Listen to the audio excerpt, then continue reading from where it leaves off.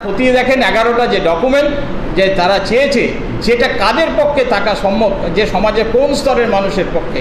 শিক্ষার ক্ষেত্রে তারা বলেছে মাধ্যমিক পাস হতে হবে, জমির মালিকানা থাকতে হবে, সরকারি চাকরি থাকতে হবে, যেগুলো চেয়েছে। এবং কিন্তু যেগুলো সাধারণ মানুষের পক্ষে দেওয়া সম্ভব, ভোটার কার্ড, আধার কার্ড, রেশন কার্ড, সেগুলো কিন্তু কোনোটা তালিকা নেই। এই পুরোটাই আমরা মনে করছি একটা ভয়ঙ্কর ষড়যন্ত্র, যার মাধ্যমে একটা বিপুল সংখ্যক মানুষকে তারা তাদের ভোটাধিকার কেড়ে নেবে, তাদের নাগরিকত্ব হারাবে। এইটা আমাদের কাছে অত্যন্ত ভয়ঙ্কর একটা জায়গা বলে মনে হয়েছে। এবং আপনারা জানেন যে 1995 সালের যে লালবাবু হোসেন ভার্সেস যে ইলেকশন কমিশন অফ ইন্ডিয়া, তাতে যে মামলা হয়েছিল, তাতেও সুপ্রিম কোর্টও বলেছিল যে নির্বাচন কমিশনের কারো নাগরিকত্ব নির্ধারণের কোনো অধিকার নেই। 1995-এ Lalbabu Hussain versus election commission and government of India, আপনারা যে কারো দেখে নিতে পারেন নেটে, একবার সুস্পষ্টভাবে বলা হয়েছে। এবং সেই অধিকার একমাত্র ভারত সরকারের আছে। কিন্তু আমরা দেখতে পাচ্ছি ইলেকশন কমিশন তারা কিন্তু আজকে তাদের নাগরিকত্ব, তারা আমাদের নাগরিকত্ব তারা ঠিক করছে।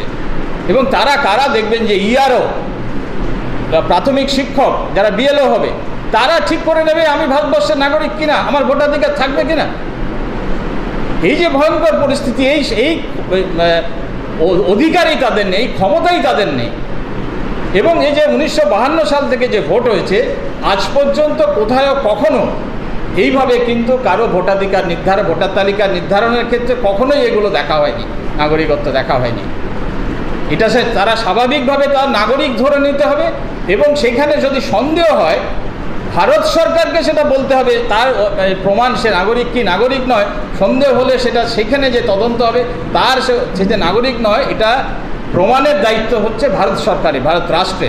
অথচ সেটা আজকে চাপিয়ে দেওয়া হচ্ছে নাগরিকের উপর।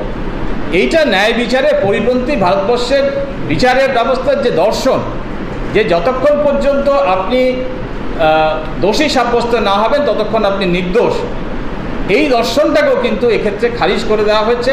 এবং সমস্ত ভারতীয়কে আজকে কিন্তু দোষী সাব্যস্ত করে তাকে প্রশ্নের সামনে দাঁড় করিয়ে দেওয়া হয়েছে, যে প্রত্যেকে সন্দেহ অধীন এবং প্রত্যেককে নতুন করে নাগরিকত্ব এবং ভোটাধিকারের জন্য আবেদন করতে হবে।